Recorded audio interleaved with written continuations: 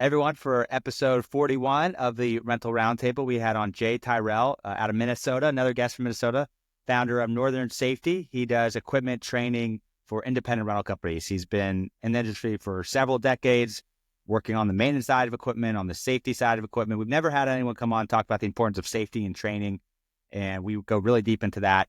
It's a super important episode and something I think every rental company should be thinking about. How do you improve the safety of your equipment? How do you minimize interruptions, minimize accidents? We talked about that today. And roughly about half of all accidents on job sites is due to user error. So something that can be prevented and improved on. So awesome episode with Jay. He's a great guy. Hope you guys enjoy. Everyone, welcome to the Rental Roundtable, episode number 41. I've got my friend Jay Tyrell, founder of Northern Safety, on today from Minnesota. Another guest from Minnesota. Jay, thanks for coming on today. You're welcome. Glad to be here. I think right when you were jumping on, you said it was nice and warm, minus 25 where you are. Is that right? Minus 25 this morning. She's chilly. Yeah. What part of Minnesota are you in? I'm in the geographical center of the state. I'm about halfway between Fargo and Duluth and north to south, right about in the middle. Yeah. Minus 25 is cold, but that's got to be colder than normal for you guys, right? It's a little bit lower than normal, but usually in the middle of winter, if you plan for 2 weeks of well below zero weather, you're in pretty good shape. Yeah. Well, more power to you for getting through it. It sounds like your house is probably making a bunch of noises as it creak in with the cold. At least we're inside for the podcast today. Yeah. Things shift. Yeah. Well, I've never got to meet you in person. We were both at the ARA show a few weeks ago. Drew Creans from BCI Rentals in Minnesota connected us and says, you got to bring this guy Jay on. So I'm excited to talk to you. You're an equipment specialist, been in the industry for over 20 years. And you do a lot of training for people around how to operate equipment, safety, how to maintain equipment. We haven't had anyone talk about that topic. It's obviously super important to an independent rental company. So this is an area that I am not a specialist in by any stretch at all. So I'm going to learn as much as any of our listeners for this particular episode. But I'd like to start off, Jay, just kind of hearing about your background, right? You started in the 90s maintaining equipment. You've started your company, Northern Safety, in the last 2 years. So just kind of walk me through your last 20 years of experience and how you've gotten to where you are today. Perfect. No. Well, again, thank you for having me on. And so I started in construction. About 1994 or so. And when I was in construction for about 6 or 8 years, I jumped around between doing iron work, concrete work, laying concrete block, high-end residential, log homes, worked on commercial buildings. At the time, I was kind of fumbling around trying to find my career. Looking back, there is no better training I could have possibly had for what I do today. All right. Went to work in construction for a pretty good sized company. In 1998, I joined their safety committee and they needed someone to safety train their operators internally. So I raised my hand. That's about how much thought I actually put into it. Raised my hand and I started training operators. Did that for about 4 years. In 2002, United Rentals hired me. And that was a good experience. They gave me my start. I had never rented or sold equipment before, learned a lot about the industry. The location I went to work for had about 1,400 pieces in their fleet, okay? And then I worked for them until 2007. Then I went to work for a different rental company that pretty much specialized in just aerial lifts and telehandlers. And I did that up until 2022. And that's when I pulled the pin and went on my own. And I like to think what makes me unique and special is I've always believed that service, safety, and maintenance can all be taught in one class. Why? Because as you heard Elliot Vigil say on one of your podcasts, 50% of service calls in the rental business are operator error. So if we can eliminate some of that stuff, it should save our customers some money, should save the rental companies some headaches. So 50% of issues on a job site with equipment is from operator error. Is that what you're saying? Operator error. Yep. And that it's probably not that different from like if you see all the airline statistics, it's even higher. You know, when there's a plane crash, it's usually there was an operator error. Oh yeah, operator. I mean, we're human beings. We're gonna screw up. There's a lot of things to miss out there. And I hate to say it, contractors, if you rent a piece of equipment and there's a service call and they can connect it back to your operator doing something wrong, you are going to get a bill. That's just how it is. So yeah. And by the way, we'll get back to the safety side, but I'm sure you saw the news with H&E this morning with United was buying them and now Herc has now stepped in. I signed on LinkedIn. There's like 40 articles about that. It's an interesting day. It's a lot of consolidation happening with the big players. Obviously, United was your former employer, so it's an interesting day for rental. Great company. It's just crazy how the bigger companies are getting bigger. Yeah. Where I get excited, I'm in a rural area. I live in a dirt road northwest of Staples, Minnesota. My town has one stoplight in it. That's what a lot of the towns are around me. I really like working with the little small rental shops, making sure they're up to snuff. The big guys, if they need what I got, great, I'll help them. But I really like the small rural area mom and pop rental shops that just take care of their friends and neighbors. That's kind of my specialty. Yeah, you've worked with the nationals, the big OEMs, and now the small guys. Why do you like working with the independents? Independents, I think they don't have time to learn the safety rules and what's required because they're busy making sure that Joe Construction's got the trailer hooked up and the skid loader chained down properly, and he just wants to get his job done and make sure all his guys go home safely at the end of the day. So if I can come along and just take something very complicated and make it simple. I heard someone say that's the true definition of a professional, someone that can take something very simple and make it easy to understand. That's kind of the umbrella that I work under. People find safety rules and OSHA and ANSI, they kind of get intimidated by it. So I decided to dig into it to see what it actually says. And then I try to explain to these contractors, the rental houses, and say, this is actually what you need to be doing, and make it easy and simple, because then they follow those rules. Yeah, and the national players have the resources to have on-staff trainers and people up to snuff on all the different regulations. The independents, they're flying by the seat of the pants sometimes, trying to keep up with everything, right? Exactly. And that's the role you're playing. You're able to be the specialist to kind of come in and consult and make sure people are operating equipment efficiently and safely. That's exactly it. And unfortunately, try to make sure they're protected from any liability should something bad happen on the job site. Just to say, hey, you got your I's dotted and your T's crossed. You are good to go here. That's the reality. At what point did you decide that this was going to be your thing? You're going to be like the trainer, right? You're going to make sure people are operating equipment safely. Was there an experience that you had, or like what? Or just sort of like one thing like another, and here we are in 2025, and this is like your little niche. How did you really decide this is what you want to do with your life? Well, I went a couple of different directions. In the northern half of the state, 20 years of being in this industry, there's been 8 fatalities directly related to aerial lift accidents. All of those operators were between 41 and 55 years old, except for one of them. It's not the new guys getting hurt. It's not the old guys getting hurt. It's those that got 10, 15, 20 years experience in this stuff. Why is that happening? What's going on? So I would go out to those job sites and ask questions. Fortunately, it was never anybody that I trained, and it was never anybody that was on a piece of equipment I rented or sold. Always a subcontractor that we weren't working with, a job site down the road. It was always, I was somewhat connected to that accident or that fatality, and I would go there and ask questions to go, why did this happen? And pretty much all of them were operator error. It was never the equipment flat out failed. It was all operator error.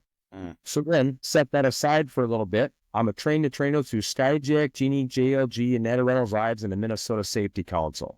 So I took a look at all their safety training programs. I took parts of each one that I liked. I kind of set the stuff aside I didn't care for, and I came up with my own safety training program. And then I'm also a service tech for Skyjack, Genie, and JLG. I know how to work their websites. I know where to find the service manuals. And I'm sitting at my desk late in the evening trying to put this together going, there is a connection that's not being made here. And ultimately, at the end of the day, we want everyone that's using lifts on their job site to go home to their families, all right?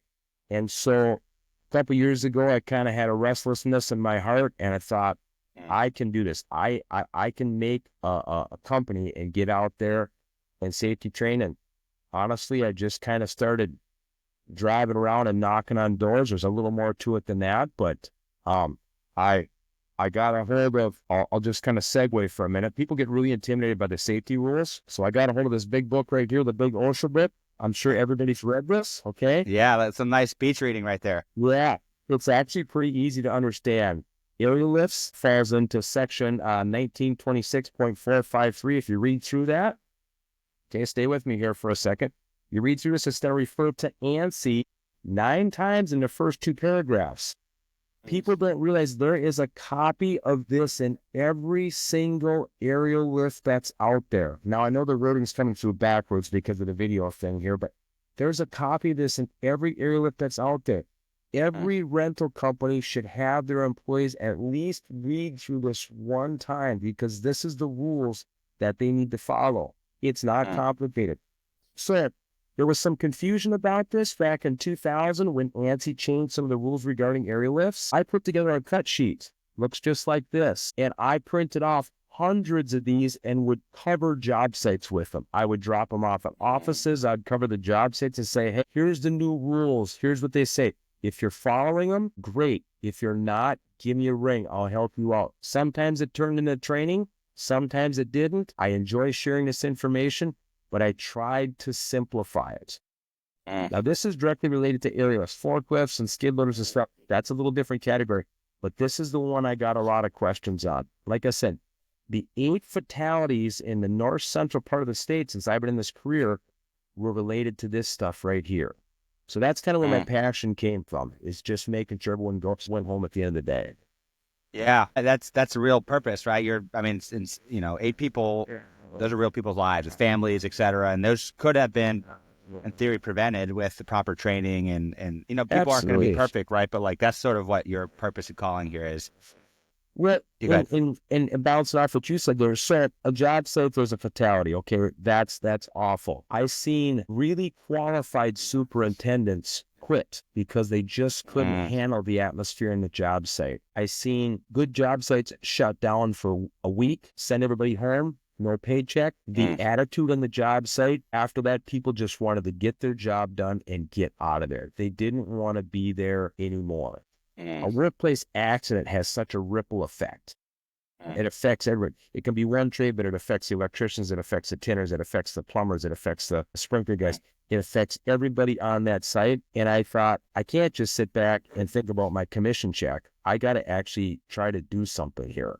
And that's, like I said, since I've jumped bare feet into the safety world, it's been great. Minnesota Safety Council has been great. A lot of different associations, the ARA, just kind of getting rolling here. Yeah. So you started Northern Safety 2 years ago. We started the call off, or right before we started recording. You don't have a website, which I love, which tells me that you're being pulled into the market, right? If you're constantly marketing and selling, that's fine. But like, if you're getting referrals, you're growing your business organically, that tells me you're really solving a pain point for rental companies. How have you grown your business in the last 2 years? Is it just through referrals? Like, what's the reception been like to what you're offering? Well, it's interesting. Like I said, I live in a rural area, so I basically made my living on commission sales and rental, and so I had to get after it. I'm in a rural area. I make the back of my living cold calling, knocking on contractors' doors, electricians, plumbers, painters. Cold calling, believe it or not, has never been better since COVID. People kind of stopped doing that. They thought it was a thing of the past. They'll send out an email. They'll send them a marketing something. They'll send them a mailing flyer, whatever. Cold calling is great. I find it to be very effective. Why does it work? Because I believe in what I'm doing, and I'll leave this with them at no charge. And if they have a great safety program, I'll help them improve it. I don't care if they ever spend any money with me or not. I believe in this that much. And then I'm also a service tech, so I show up, and if they have a piece of equipment that's maybe not working, maybe I can walk back in the shop and help the guy in the shop get the thing up and going. And I'm not going to lie, that feels pretty good. But yeah, I make the back of my living cold calling, knocking on doors. And like I said, I've been selling this stuff in the north central part of the state for 20 plus years. I know a lot of good people. Drew from BCI, I've worked with him and his dad for probably 20 years. Speaking of rural areas, have you seen where those guys were at? I went there in my little rental car. I thought I was going to get stuck in the dirt road. Awesome property, though. I got snowmobiles. You may need four-wheel drive. Yeah, but great. There's a lot of good people like that up in this part of the country. We kind of live in God's country. This is where we want to be, but you got to work a little harder and get a little bit more creative. I love Minnesota. As people have been listening to me, I was there early January, and very friendly people. Had a great time. It was not minus 25. It was only -2, so nice and warm for me when I was there. But okay, let's pretend I'm a rental company. I've never really thought about safety, right? Because I'm growing my company, hiring salespeople. Times are good. Like, why would I care about safety? And I get a call from Jay, and I'm talking to you. First of all, I want to kind of walk through, like, what's the 101 for a rental company? What's the basic things I need to know about safety, et cetera? But before we even get to that, why should I even care about this conversation? If I'm a rental company, why is this important for me to hear your message? Because you don't want that phone call. Hey, we got a piece of your equipment out here. There's been an accident. There's an ambulance on the way to the hospital. Your equipment's been damaged, and there's a guy that's probably not going home tonight. You don't want that phone call. That is just a bad vibe. It's a bad deal. It affects so many other people besides the people directly affected. You need to make sure that the people that show up are properly trained when they take the stuff. You need to make sure your staff has done their job when they're educating a customer on how to run something. And I back up just a second. The rental companies that the back of their business is homeowners, I spend a lot of my world in dealing directly with contractors. The last 15 years, we were only dealing directly with contractors. So we have a homeowner rental part of it. You got to make sure they're signing whatever damage waivers or whatever you got, and then give them a once over. And typically, your gut feeling is right. When you're renting something to somebody and you're helping them get hooked up, if your gut feeling is like this guy really needs a once over, make sure you give them that little bit extra. And if there's anything doesn't look and smell right, take a picture, write it down.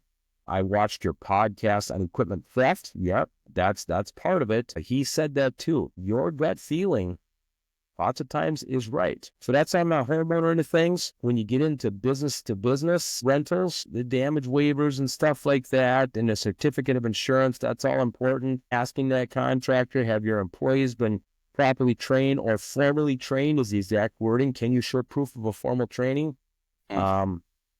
You know, when our delivery guy would drop off a piece of equipment, he would ask the end user, do you need equipment familiarization? And then the end user would check the box, yes or no. And many customers thought that was training to protect them. No, that was to protect the rental company. So yes, in this flyer right here, the words are owner, user, and operator.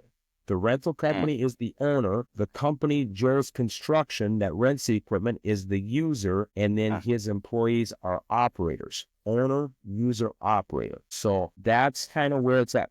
How I view this is, who's responsible for training? Is it the owner? Is it the user? Is it the operator? It goes back to follow the money. Who's paying for this? That's who's responsible for training. Then you get into the union and the non-union piece. Who's going to train their people? I'm actually having this discussion tomorrow at the Association of General Contractors. There again, I say it goes back to follow the money. Who's paying for this piece of equipment? Who's ever paying for it has the responsibility to make sure that their operators are formally trained. So I like that breakdown: owner, user, operator. So like a standard, construction project. There's a contractor on site. They're probably paying for it, right? And then they have someone doing the work as an operator. In that case, is it the contractor on site doing the work who's paying for the rental? For the rental, are they the one who's really ultimately responsible for making sure their team is trained up? My interpretation of what they say in this pamphlet, yes. And rental companies, if you're listening, go after your scissors lift, open the manual box. I guarantee there's going to be a copy of this in there. Read through the rules. If you had to prove that you were doing your job, you want to at least be familiar with this, okay? This is the rule. The rules regarding aerial lifts are pretty black and white. Forklifts are a little more gray. When you get into dirt moving equipment, they're really gray.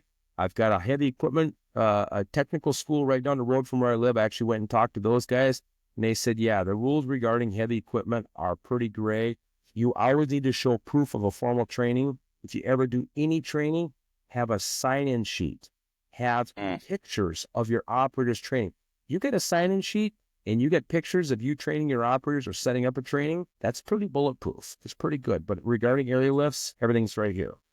So ultimately, obviously the people using the equipment should be thinking about training. Is providing free training or training with the equipment something that the rental company should be providing, either on every single rental, or is there classes that rental companies should be hosting? Like, I'm a rental company and I hear your story. I don't want to have anyone die in my equipment. For a lot of reasons, right? At the same time, we're also saying the contractor needs to be the one responsible for making sure they're trained up.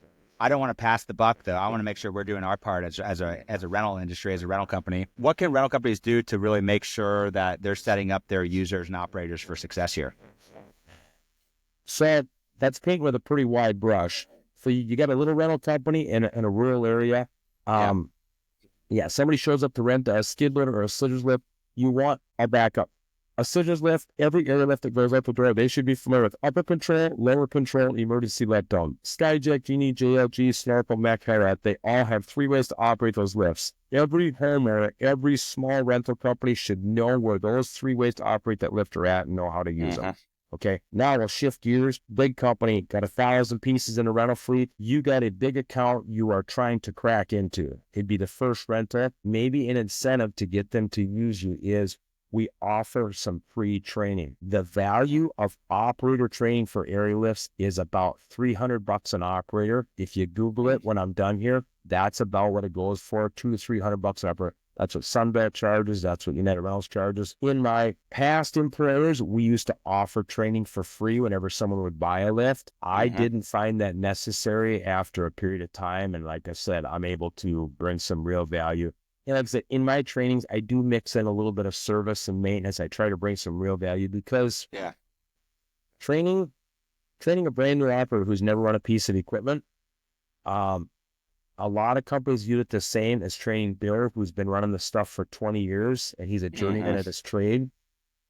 Those can be 2 very different classes. If you put them both in the same classes, one of those 2 is going to be really, really bored. So on my sheets, I'm really big into customizing the training. Hey, maybe let's take everyone 5 years and less and have them in the morning class, and take everybody with 5 years and more of experience and put them in the afternoon class. Training shouldn't necessarily be free. You got to kind of pick and choose your battles because it does have some real value. I'm not a big fan of print, click, go online, take Joe Construction and sit him down in front of a computer, have him go through a couple of modules. I'm not a fan of that at all. Sometimes that's the best option. Yesterday, had a guy call me. 15 below zero yesterday. Had a guy call me. Hey, we got a guy on site over in Brainerd, which is about 30 miles away. He doesn't have an operator's card. We won't let him go on a lift. I said, you know what? I can be over there in about a half hour. I'll give him some one-on-one operator training. When I got there, he said he'd been running this stuff for 15 years. We went through it. He goes, I actually learned a lot about this lift. Okay. That was a job. I've been trying to work with that contractor for a while, get into with their safety director, and maybe give a safety talk in front of a large group. I didn't charge him. I was able to tie in with some other stuff. But for an hour, we did one-on-one training. He's all trained up, learned a lot about the job site, learned a lot about the contractors. So do I still do free trainings? Yeah, once in a while. Yeah. Well, I think the important thing is you got to be hands-on. You know, like you can watch a bunch of videos on how to play basketball, but at some point you got to get on the court, right? You got to dribble, you got to touch the basketball, right? And I think your point also around like there's different, you have a first-time newbie and you have a guy 20 years and like you've got algebra and calculus and you're not teaching at the same time, right? You got to split the classes up to understand like where people are in the journey. You know, one thing you said earlier, I was thinking about the different accidents you said in Minnesota that I thought was interesting. It wasn't people who were a first year on the job and they didn't know what they were doing. It wasn't people who were 90 years old and fell asleep. It were people like in the prime, right? Like, you know, that's the prime, you know, 40s to 50. Like they're the people who you think should be like top tier, like really pushing the, you know, I guess leading the charge on this stuff. Like what are like the main mistakes, you know, that operators make? Not in those particular cases necessarily, but if you said 50% of the time the issues are operator use, like what are the common pitfalls and mistakes that operators would make? So when it comes to air lifts, the top 4 are number 1, electrocution. Number 2, fires. Number 3, crushing. Number 4, collision. Statistically, a scissors lift, most scissors lifts accidents happen because something crashed into the scissors lift when it was elevated. An overhead garage door, an overhead crane, a forklift. Collision is the number 1 way someone gets hurt in a scissors lift. When it comes to boom lifts, the number 1 way a person gets hurt in the boom lifts is number 1, they're either ejected because they weren't wearing a harness. If you want to see what that looks like, just Google boom lift accidents on YouTube. There's all sorts of them out there. Number 2, the operator gets himself crushed between a solid structure and a control panel. Boom lifts are goofy because you stand in the back, you face the front, and you drive them facing forward. But when you come into your work, you're commonly looking over your shoulder. So in 2018, Skyjack, Genie, JLG, Snorkel, Mech, and Howlett were required to put a safety bar over their control panel, so there was no way the operator could get crushed between a solid structure and a control panel. Okay, it does get in the way a little bit. It makes the lift a little bit clumsy to use. I'm telling you, rental company, don't tamper with this. Don't mess with it. It's a piece of safety equipment. Make sure it works every time that lift goes out the door. Okay. Some people call it anti-crush. That's not a correct term. The manufacturers actually call it secondary guarding. When ANSI changed the rules back June 1st of 2020, just like this flyer says right here, the manufacturers were required to put those anti-crush or secondary guarding bars on their boom lifts. And then that moves into scissors lifts. They raised the railing heights 4 inches. They lowered the capacity that they'll handle. So a 19-foot scissors used to drive through a standard 3.0 door all the time. The 19-footers built after 2018, most brands will not drive through a 3.0 door without folding down the rails. Just something to be aware of. What the rest of the rules are, forklifts, telehandlers, those rules haven't changed for quite a while, and it's a little harder to find the rules. You do need to train your operators before they get in the operator's seat. You do need to retrain them every 3 years. Those rules have not changed at all. But why are the rules a little more gray when it comes to forklift operator and training? Because forklifts have been around for about 100 years. Airlifts have only been around for about 30 or 40 years. Okay? So, and then dirt equipment, and this and that, the rules are kind of vague. You got a skid loader, you take the bucket off, you put forks on. Is it now a forklift? Is it a piece of dirt moving equipment? When you've got someone new out in your yard and they're renting a skid loader for the first time, take the time to walk them through the controls. Hey, let's have you jump in the operator's seat, put your seatbelt on, start the machine. Let's have you boom the loader ends up. Let's have you tilt the bucket, drive forward, drive backwards. Show me you know what you're doing. Okay? And obviously, if it's a rental customer that comes and rents his stuff all the time, you kind of got to follow that gut feeling. For sure. So, You mentioned the OSHA rules and you got your rule book. Like, how often are rules changing? And how, I mean, obviously part of your job is keeping up with that and taking the complex, packets and simplifying them to very simple understanding bullet points. Like, how often are the rules changing? Is it hard to keep up with everything? well, it's actually, they don't change that often. What there is there gets to be letters of interpretation and some of that kind of stuff. I actually have a couple of OSHA contacts in my phone, and I'll call them periodically and say, am I interpreting this correctly? Am I reading this and understanding what you're trying to say correctly? Most of the time, they come back with, can you show that you're making the effort to be safe? Can you show you're making effort to be safe? They will tell you most of the stuff they get called out to take a look at, it was just negligence. People didn't even make the effort. They took off down the road with the skid loader and didn't even bother to tie it down. The guy was using a scissors lift. He had it in the bucket of a front end loader because he couldn't reach the branch in the tree, and the thing fell out. It's like, sure, you're making the effort to be safe. On job sites, airlifts are designed for firm, uniform, level, flat surfaces. Now, do you always have that? No. So you got to use some dunnage or some mats or something like that. Can you show you are making the effort to be safe? I go back to that all the time in my classes. The guys actually get tired of me saying that, but I go over it again and again and again.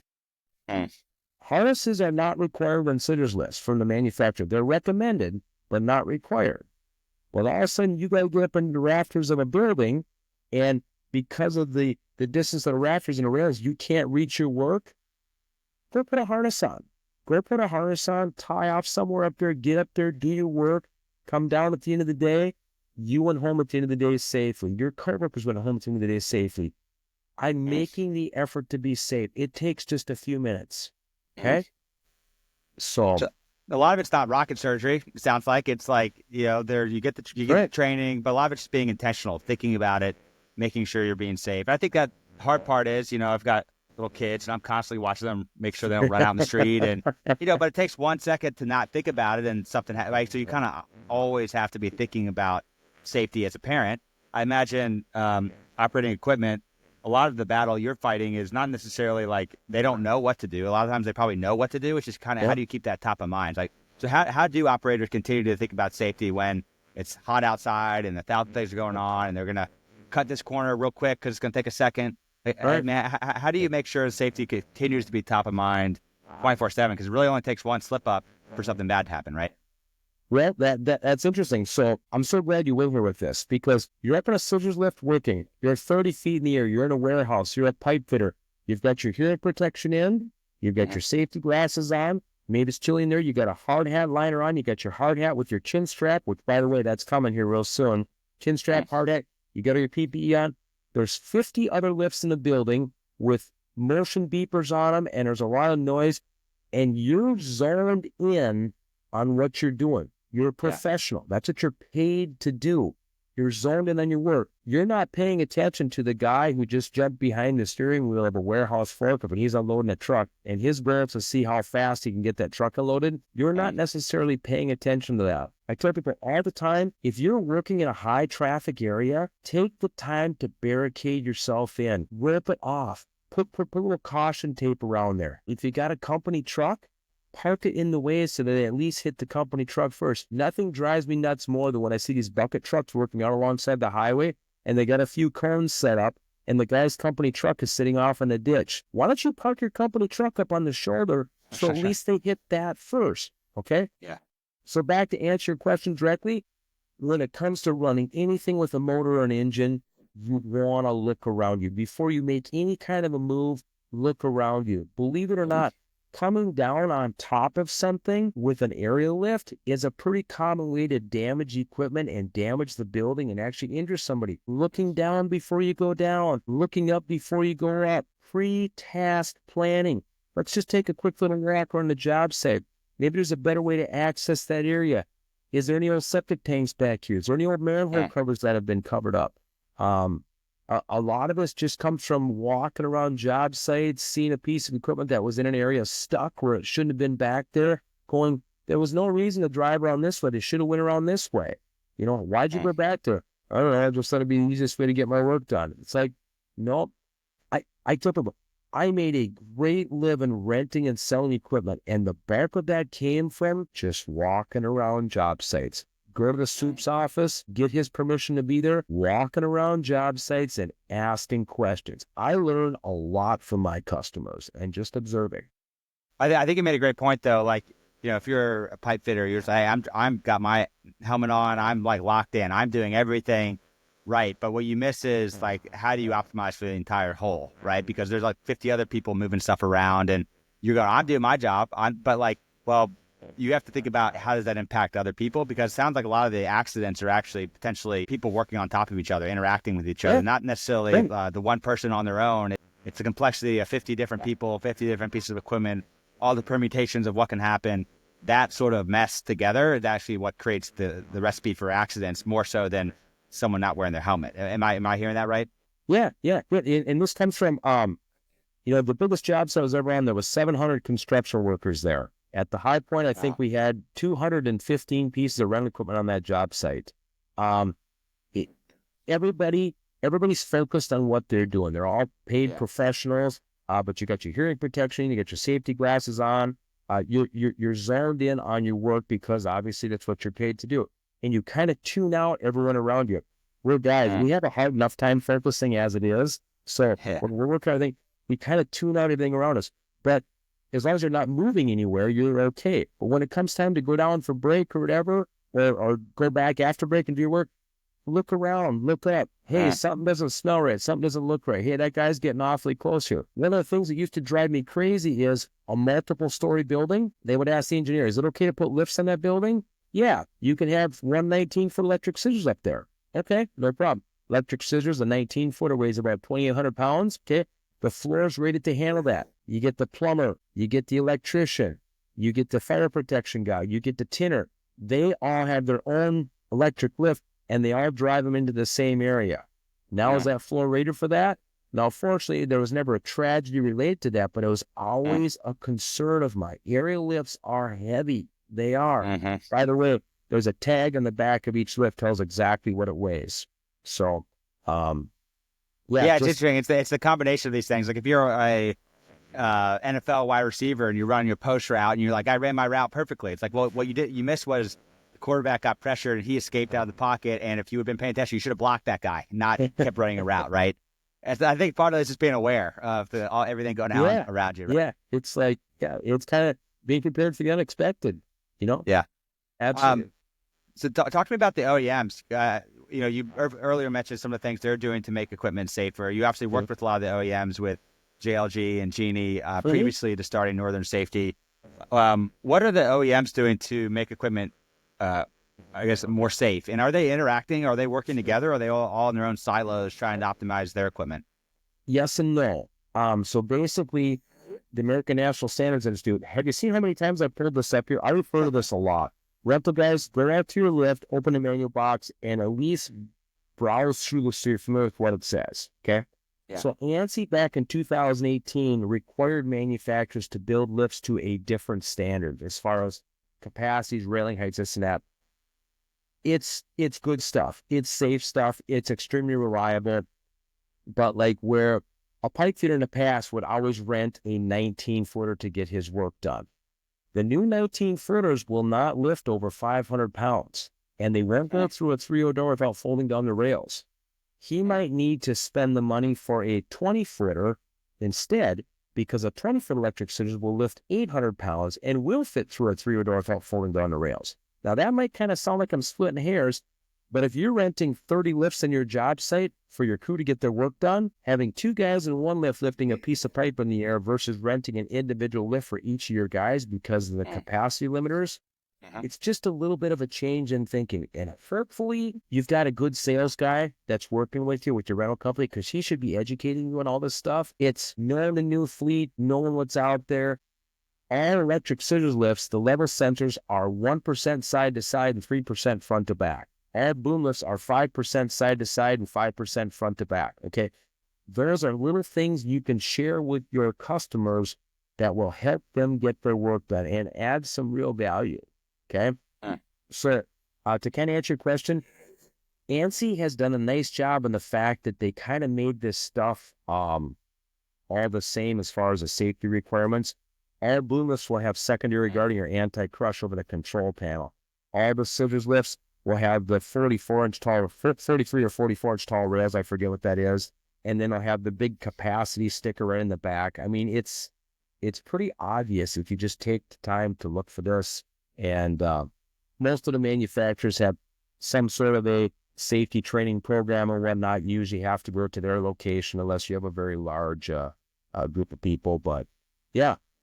Are the OEMs working on any like cutting edge technology in the next, I don't know, 3, 5, 10 years to really change how equipment is operated? I mean, people talk about like autonomous sort of things, which is maybe out there, but like what's the next big shift in making like the stair step shift using technology to make equipment even more safe to operate? Is anything happening under the scenes? Well, it's interesting. So half the reason I went out to the area in Vegas was to just see what's coming out. So I'm kind of ahead of the curve when I'm in front of a group of people talking, and I'll kind of talk on both sides of my mouth here. The good news is not much change. A scissors lift is still a scissors lift. A broom's always a broom. There's not any major changes in technology, but little things I see that I like. Skyjack has a little barcode thingy on the side of their deal. What is it, a QRC code? I think I got that name right. Yep. If you got questions on a lift, you click on that. It takes you right to their website and walks you through the owner's manual, and I believe it can get you the service manual and give you a bunch of detailed information about the lift. That's pretty slick, okay? I'm going to use it as a tool when I'm out in the field, because as a sales guys pay attention. You don't always want to be the smartest guy in the room, okay? You want to take the customer's phone, click on that and say, here, this is all right at your fingertips. Some of the other things I've seen out there, a lot of equipment coming from China. And yeah, a lot. I tell you, it's pretty good stuff. It's pretty well-built stuff. When I was walking around that show, I wasn't talking to the sales guy. I was talking to the engineers. I want to see how this stuff is going to work at 25 below zero. I want to see how it's going to work after bouncing down the road 100 miles behind a pickup and what issues you're going to have out there. Some of this stuff is pretty well built. So, yeah. I love the QR code stuff. That's like such an easy thing to put on the side of equipment. And some rental companies we work with have been doing that themselves. Like, hey, if the Right. manufacturer doesn't have it built on, like we're going to offer that as part of equipping Mm-hmm. your operators, right? So earlier on in the call, you mentioned, service, safety, and maintenance can be taught all in one class. Yeah. We talked a lot about safety. What about the maintenance side of things? Like if we're in the 101 class with Jay, how should I be thinking about equipment maintenance? Well, it's interesting. Most companies, most construction companies out there have a guy in the shop who they can make qualified to work in this stuff. Mhm. That's actually Auntie's word is you need to be a qualified person to work in this stuff. Someone having experience, professional standing, background, ability to solve problems in regards to lift equipment. And most companies have someone in their company that they can do that with. They Mhm. just need their hand held for a little bit.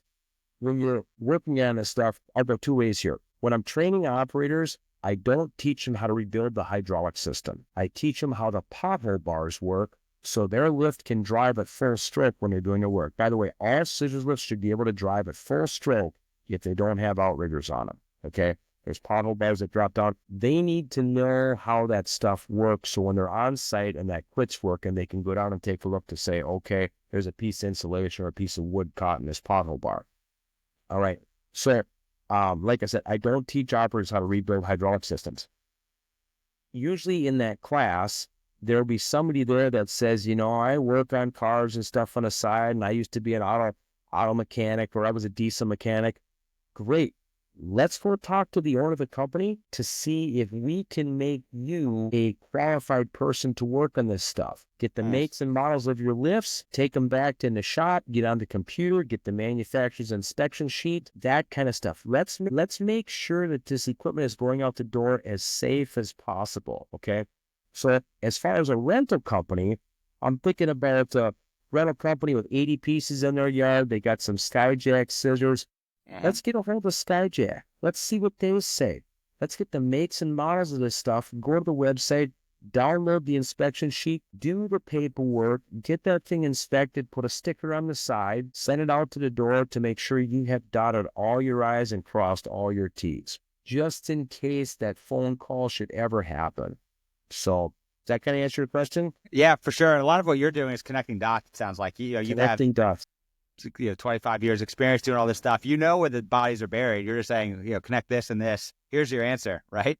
So my insurance guy said, Gee, let me try to understand your business. Are you kind of just empowering people to do what they can already do on their own, but they're not? And I said, that is exactly what I'm doing. All this stuff is at their fingertips. When I walk up to a rental shop or a contractor or whoever, I basically only bring this because Yeah. everything else they got at their fingertips there. I just got to show them where to find it and then give them just a little bit of encouragement that they can do this on their own. If they don't have the right person working for them that's willing to step up and do this, no problem. Let's find somebody. Let's find a good vendor down the road that will come in. Maybe we're a big enough rental house. We can get a hold of Skyjack, Genie, JLG, bring somebody in and train them. Previous to COVID, a lot of the manufacturers were willing to go out and actually train people on how to work on this stuff. The world kind of changed after COVID. Those guys are a little tougher to get a hold of. But I still got a pretty good relationship with most of those field service techs from the manufacturer. And they are great guys. They're a resource. Use them. Yeah. Well, I love what you're doing. A lot of this, all this information's already out there, right? It's, It's with all the out documents there. you have, it's on the, but you're able to, it would take someone 100 hours to find this stuff. You go, look, take 5 minutes. I'll show you exactly what you need to do. Yep. Yeah, exactly. That's what you do. A final question before we wrap up. Like, what would be one piece of advice that you would give a rental company who's saying, hey, okay, I've never really taken safety super seriously, but I want to up my game in 2025. How do I get started? What's one thing I should be thinking about? Most of the stuff I've seen it was a safety issue. Look for the obvious. We're all in a hurry. When a rental customer shows up, you're in a hurry. You want to get them loaded up. You want to get them out the door. You want to get the equipment dropped off on the job site. Take a few minutes, walk around the equipment, look for the obvious. Make sure the upper control, the lower control, and emergency letdown works on every area list before it leaves your yard. And even when you're delivering the stuff onto the job site. Remember, a third of the seriously injured or fatalities in the airlift world are delivery drivers. Loading and unloading equipment can be a pretty hazardous thing to do. It's 25 below zero. You're anything with steel that's going to have frost on it. That can be a pretty hairy thing to do. Just slow down a little bit. Focus on what you're doing. and kind of look for the obvious. And like I said, don't be afraid to reach out to the manufacturers. You run Bobcat skid loaders. I'm just going to do an example. Bobcat skid loaders. Reach out to Bobcat. Hey, what do you got for a safety program? Write down the time and the date of that phone call and start a safety file. Should something ever happen, here's your safety file. We're making the effort to be safe. Snorkel, Mech, Howlett, Genie, call these manufacturers and say, what do you got for a safety program? What can you recommend? Maybe you can't send all your people out to Pennsylvania to get trained at the JLG factory, but at least you've started the conversation. Maybe you can send one person out there this year, and then he can come back and train your people. Sure, you're making the effort to be safe. Write it down, get a safety file started, and just start somewhere. Start small. And as you mentioned earlier, like the military saying, slow is smooth, smooth is fast. Just go a little bit slower. It prevent a lot of mistakes and errors. A lot of it's being focused and mindful and present in what you're doing. Well, I love what you're doing for the industry, Jay. It's been awesome having you on. We've never had a topic around equipment safety. So it's the first episode we've had here. Part of your job is connecting to us, this podcast, of just bringing interesting people on with different topics. And I think this is one that's super important for rental companies to be thinking about. I'm excited. We started the call earlier on. You just connected with Elliot Vigil, who's come on before. I mean, at some point, you guys need to do like a masterclass super series where he's got the sales side, you've got the safety and maintenance side. That's what rental companies need to be thinking about. That's kind of what we're talking about. How can we serve the industry better? And it's like, I'm probably not going to do exactly what he does. He doesn't want to really get his hands greasy. I love gears and diesel fuel, man. Let's get into this stuff, figure out how this stuff works. But no, rental is a good business. It is a fun business. It's an exciting business. It has fed all four of my kids for years. No, it's a good gig. And by the way, I love what you're doing, connecting people here. This is great. Cool. Well, thanks for coming on, Jay. As I said, people need to get ahead of me. My phone number, if you want to write this down, is 218-296-1731. My email is very simple. It is jay.nsmn, that stands for Northern Safety Minnesota, @gmail.com. My technical business name is Northern Safety LLC, but it's jay.nsmn@gmail.com. Awesome. Well, Jay, I know you have an awesome business because one, I've talked to Drew about it, and number two, the fact that you still don't have a website tells me you got something good going. You don't need a website, right? I really haven't needed it yet. Someday I might be up there, but I really like this. I really like to talk to people. I think we've kind of lost that personal connection, and we're going to help you out. I love it. Thanks for coming on, Jay. Appreciate it.